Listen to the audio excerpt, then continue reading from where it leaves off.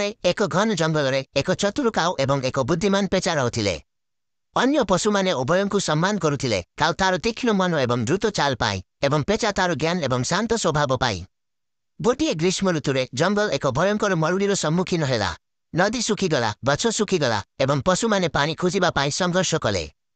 काऊ सर्वदा सम्बलवान पानी खोजिबा पाई दूर दूरांतरकु उड़ीगला। गोटे दिन से तले अल्प पानी थिबा एक पात्र देखिला। चतुरतार सहित से पानी बढ़िबा पर्यंत भितरे पत्थर पकाइला एवं से तार तुष मेंटाइला। किंतु से भाविला यह केवल मो पाई यथेष्ट, समस्तंक पाई नुहे। एही समय पेचा एक बटगछ तले नीरवरे बसी दुखी प्राणी मानकु देखुथिला।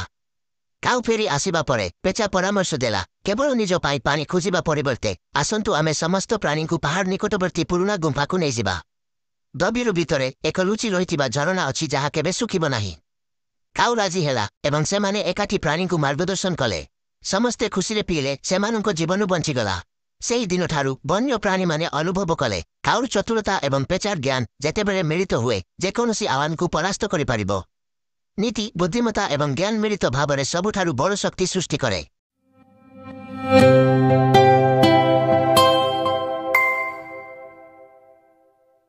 घन जंगलर हृदय गजराज नामक एक शक्तिशाली हाथी रहुथिला। से जंगलर कोमल दैतारी भावरे जनाशुना थिले। निजर लंबा दांत एवं दृढ़ शुंड साहाय्ୟରେ से आवश्यकता समय अन्य प्राणीकु साहाय्य करुथिले। जेतेबेले कौनसी गछ नदी को अवरोध करुथिला गजराज तांको शक्ति व्यवहार करी रास्ता सफा करुथिले जहा द्वारा समस्ते पानी पी पारिबे। गोटे ग्रीष्म ऋतुरे जंगल एक भयंकर मरुड़ीर सम्मुखीन हेउथिला। नदी सुखीगला एवं पशु माने पानी खोजिबारे असहाय भावरे बुलुथिले। हरिण दुर्बल होइगला, पक्षी माने तुषार्थ हेले एवं सिंह मध्य क्लांत देखा जाउथिला। यह देखि गजराज पदक्षेप नेबाकु निष्पत्ति नेले। तांको स्मृति द्वारा परिचालित होई से जंगल भीतरकु गभीरकु चालीगले जेउठारे से थरे एक पुरुना सुखिला पोखरी देखिथिले। तांकर शक्तिशाली शुंड एवं दांत सहित से खोलिबा आरंभ कले। दिन राति गजराज काम करुथिले जेतेबेले अन्य प्राणी माने आशा करि देखुथिले। शेषरे माटीरु ठंडा पानी बहिबाकु लागिला। पोखरी धीरे धीरे पूर्ण होइगला एवं शीघ्र समस्त प्राणी सेमानंकर तुष मेंटाइबाकु धाइगले। जंगल आनंद एवं समन्वय सहित पुनि जीवंत होइगला। सेही दिन ठारू गजराज केवल तांको शक्ति पाई सम्मान पाइले नाही बरं तांकर दया पाई मध्य तांको भल पाइले। तांको तत्वावधानरे जंगल बढ़िथिला एवं से सबुदिन पाई एहार प्रकृत रक्षक होई रहिले।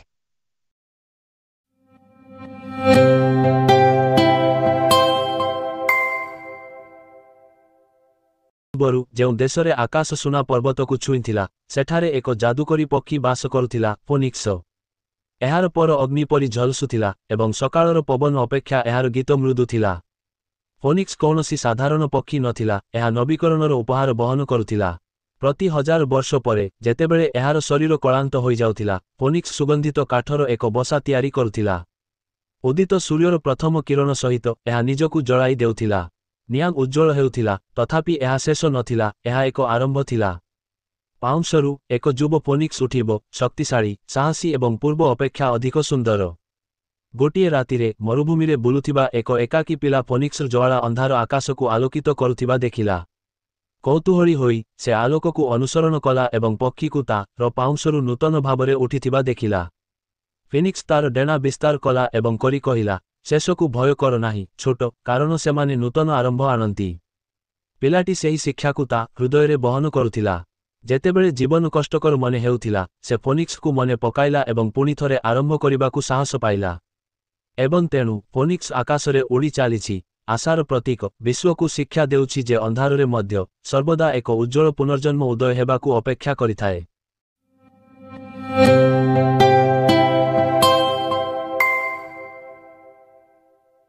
थरे एक घन सबुज जंगलरे शेरा नामक एक शक्तिशाली बाघ रहुथिला।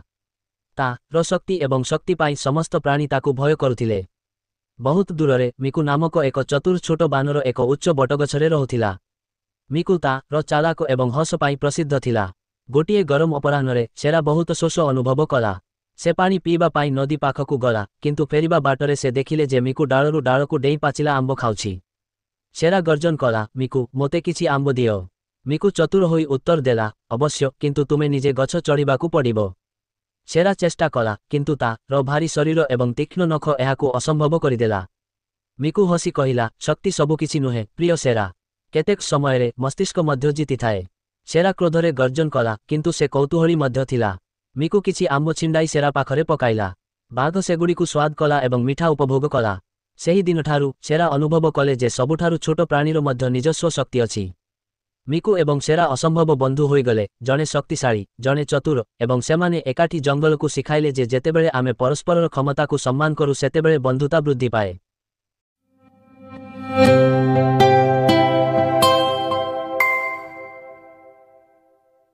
ଥରେ ଏକ ଛୋଟ ଉପକୂଳବର୍ତ୍ତୀ ଗାଁରେ ରଘୁନାଥ ନାମକ ଜଣେ ସାଧାରଣ ମତ୍ସ୍ୟଜୀବୀ ରହୁଥିଲେ। ପ୍ରତିଦିନ ସକାଳେ ସୂର୍ଯ୍ୟୋଦୟ ପୂର୍ବରୁ ସେ ତାଙ୍କ ପରିବାରକୁ ଖାଇବାକୁ ଦେବା ପାଇଁ ଯଥେଷ୍ଟ ମାଛ ଧରି ବଜାରରେ ବିକ୍ରୟ କରିବାକୁ ଆଶା କରି ସମୁଦ୍ର ଭିତରକୁ ତାଙ୍କର ଛୋଟ କାଠ ଡଙ୍ଗା ବୁଲାଇ ଦେଉଥିଲେ। ରଘୁନାଥ ସମୁଦ୍ରକୁ ଭଲ ପାଉଥିଲେ।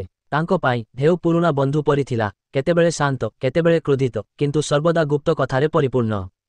ଗୋଟିଏ ଦିନ ଘଣ୍ଟା ଘଣ୍ଟା ଧରି ଜାଲ ପକାଇବା ପରେ ସେ କିଛି ପାଇଲେ ନାହିଁ। କ୍ଳାନ୍ତ ଏବଂ ନିରାଶ ହୋଇ ସେ ଘରକୁ ଫେରିବା ପୂର୍ବରୁ ଶେଷ ଥର ପାଇଁ ଚେଷ୍ଟା କରିବାକୁ ନିଷ୍ପତ୍ତି ନେଲେ।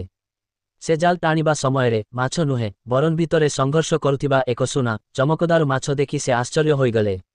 ମାଛଟି ନରମ ସ୍ୱରରେ କହିଲା, ଦୟାକରି ମୋତେ ଛାଡ଼ିଦିଅ, ଦୟାଳୁ ମତ୍ସ୍ୟଜୀବୀ। ପ୍ରତିବଦଳରେ ମୁଁ ତୁମକୁ ଯାହା ଇଚ୍ଛା ତାହା ଦେବି। ରଘୁନାଥ, ଯଦିଓ ଗରିବ ଥିଲେ, ସଚ୍ଚୋଟ ଏବଂ ସନ୍ତୁଷ୍ଟ ଥିଲେ। ସେ ହସି କହିଲେ, ମୋର ଧନ କିମ୍ବା ପ୍ରାସାଦ ଆବଶ୍ୟକ ନାହିଁ। ପ୍ରତିଦିନ ମୋତେ ପର୍ଯ୍ୟାପ୍ତ ମାଛ ସହିତ ଆଶୀର୍ବାଦ କରନ୍ତୁ ଯେପରି ମୋ ପରିବାର କେବେ ଭୋକିଲା ନଥିବେ। ସୁନା ମାଛଟି ନଇଁ ପଡ଼ି ଲହଡ଼ିରେ ଅଦୃଶ୍ୟ ହୋଇଗଲା। ସେହି ଦିନଠାରୁ ରଘୁନାଥଙ୍କ ଜାଲ ସବୁବେଳେ ପୂର୍ଣ୍ଣ ଥିଲା। ସେ କେବେ ଅଧିକ ମାଗି ନଥିଲେ, କେବେ ଉପହାରର ଅପବ୍ୟବହାର କରି ନଥିଲେ, ଏବଂ ଏକ ସୁଖୀ, ସରଳ ଜୀବନଯାପନ କରୁଥିଲେ। ତାଙ୍କ ପିଲାମାନଙ୍କୁ ଶିଖାଇଥିଲେ ଯେ ପ୍ରକୃତ ଧନ କୃତଜ୍ଞତା ଏବଂ ସଚ୍ଚୋଟତାରେ ନିହିତ।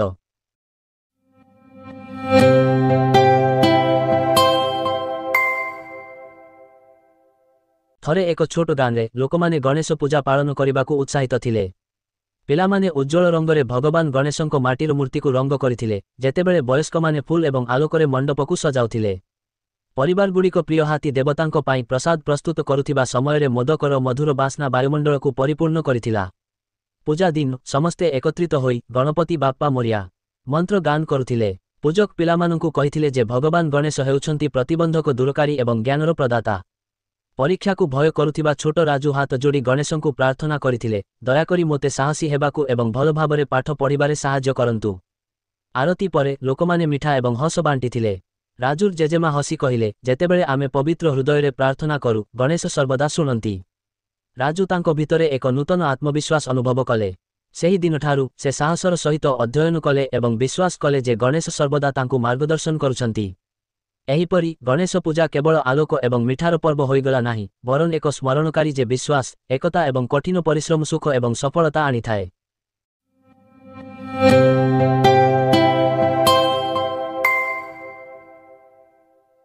ଏକ ବିଶାଳ ସୁବର୍ଣ୍ଣ ସାଭାନାର ହୃଦୟରେ ପଶୁମାନଙ୍କର ରାଜା ଆରିୟନ୍ ନାମକ ଏକ ଶକ୍ତିଶାଳୀ ସିଂହ ବାସ କରୁଥିଲା। ତାଙ୍କର ପାରା ଅସ୍ତଗାମୀ ସୂର୍ଯ୍ୟ ପରି ଚମକୁଥିଲା ଏବଂ ତାଙ୍କର ଗର୍ଜନ ସମତଳ ଭୂମିରେ ପ୍ରତିଧ୍ୱନିତ ହେଉଥିଲା, ପ୍ରତ୍ୟେକ ପ୍ରାଣୀଙ୍କଠାରୁ ସମ୍ମାନ ଆହରଣ କରୁଥିଲା। ଆରିୟନ୍ କେବଳ ଶକ୍ତିଶାଳୀ ନଥିଲେ ବରଂ ଜ୍ଞାନୀ ମଧ୍ୟ ଥିଲେ। ତାଙ୍କ ରାଜ୍ୟକୁ ନ୍ୟାୟ ସହିତ ଶାସନ କରୁଥିଲେ। ପ୍ରତ୍ୟେକ ପ୍ରଭାତରେ ସେ ତାଙ୍କର ଗର୍ବ ଏବଂ ବାହାର ଭୂମିକୁ ଜଗିବା ପାଇଁ ସବୁଠାରୁ ଉଚ୍ଚ ପଥର ଚଢ଼ି ଯାଉଥିଲେ। ଜେବ୍ରାମାନେ ଶାନ୍ତିପୂର୍ଣ୍ଣ ଭାବରେ ଚରୁଥିଲେ, ହାତୀମାନେ ମର୍ଯ୍ୟାଦାର ସହିତ ଚାଲିଥିଲେ, ଏବଂ ଭୟଭୀତ ହରିଣମାନେ ମଧ୍ୟ ତାଙ୍କ ରାଜତ୍ୱରେ ନିରାପଦ ଅନୁଭବ କରୁଥିଲେ। ଆରିୟନ୍ ବିଶ୍ୱାସ କରୁଥିଲେ ଯେ ପ୍ରକୃତ ଶକ୍ତି ଭୟରେ ନୁହେଁ ବରଂ ସମନ୍ୱୟରେ ରହିଛି। ଗୋଟିଏ ବର୍ଷ ଏକ ବଡ଼ ମରୁଡ଼ି ପଡ଼ିଲା। ନଦୀ ଶୁଖିଗଲା ଏବଂ ଖାଦ୍ୟ ଅଭାବ ବଢ଼ିଗଲା। ଅନେକ ପ୍ରାଣୀ ପରସ୍ପରକୁ ଦୋଷ ଦେଇ ଝଗଡ଼ା କଲେ, କିନ୍ତୁ ଆରିୟନ୍ ସେମାନଙ୍କୁ ପ୍ରାଚୀନ ବାଓବାବ ଗଛ ତଳେ ଏକାଠି କଲେ ଏବଂ ସାହସର ସହିତ କହିଲେ, କେବଳ ଏକାଠି ଆମେ ବଞ୍ଚିପାରିବୁ। ସାଭାନା କେବଳ ମୋର ନୁହେଁ, ଏହା ଆମ ସମସ୍ତଙ୍କର। ତାଙ୍କ କଥା ଦ୍ୱାରା ପ୍ରେରିତ ହୋଇ ପ୍ରାଣୀମାନେ ଏକ ହୋଇ କାମ କଲେ। ହାତୀମାନେ ପାଣି ପାଇଁ କୁଣ୍ଡ ଖୋଳିଲେ, ପକ୍ଷୀମାନେ ବିହନ ବୋହିଲେ, ଏପରିକି ଛୋଟ ଛୋଟ ମିରକାଟ ମଧ୍ୟ ଖାଦ୍ୟ ସଂଗ୍ରହ କରିବାରେ ସାହାଯ୍ୟ କଲେ। ଧୀରେ ଧୀରେ ଜୀବନ ଫେରି ଆସିଲା। ଯେତେବେଳେ ପ୍ରଥମ ବର୍ଷା ଶେଷରେ ପଡ଼ିଲା, ସାଭାନା ପୁଣି ଫୁଟି ଉଠିଲା। ଆରିୟନ୍ ଗର୍ବରେ ଗର୍ଜନ କଲେ, ତାଙ୍କ ଶକ୍ତି ପାଇଁ ନୁହେଁ ବରଂ ତାଙ୍କ ଲୋକଙ୍କ ପାଇଁ। କାରଣ ଜଣେ ପ୍ରକୃତ ରାଜାଙ୍କ ଐତିହ୍ୟ ଏକତାରେ ବାସ କରେ।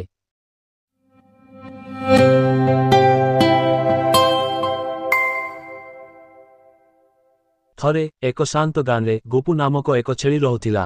ସେ ଅନ୍ୟ ଛେଳିମାନଙ୍କ ପରି ନଥିଲା ଯେଉଁମାନେ ଚୁପଚାପ ଘାସ ଖାଇ ଦିନ ବିତାଉଥିଲେ। ଗୋପୁ କୌତୂହଳୀ, ସାହସୀ ଏବଂ ସର୍ବଦା କିଛି ନୂଆ ଖୋଜୁଥିଲା। ଗୋଟିଏ ସକାଳେ ନଦୀ ପାଖରେ ଚରୁଥିବା ସମୟରେ ଗୋପୁ ଏକ ବୁଦାରେ ପଶିଥିବା ଏକ ଉଜ୍ଜ୍ୱଳ ଲାଲ ସ୍କାର୍ଫ ଦେଖିଲା।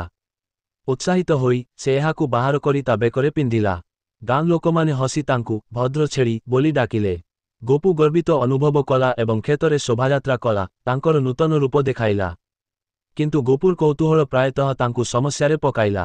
ଗୋଟିଏ ଦିନ ସେ ଜଙ୍ଗଲର ଗଭୀରରେ ଏକ ପ୍ରଜାପତି ପଛରେ ଗୋଡ଼ାଇ ଗଲା। ସେ ଅନୁଭବ କଲା ଯେ ସେ ହଜି ଯାଇଛି।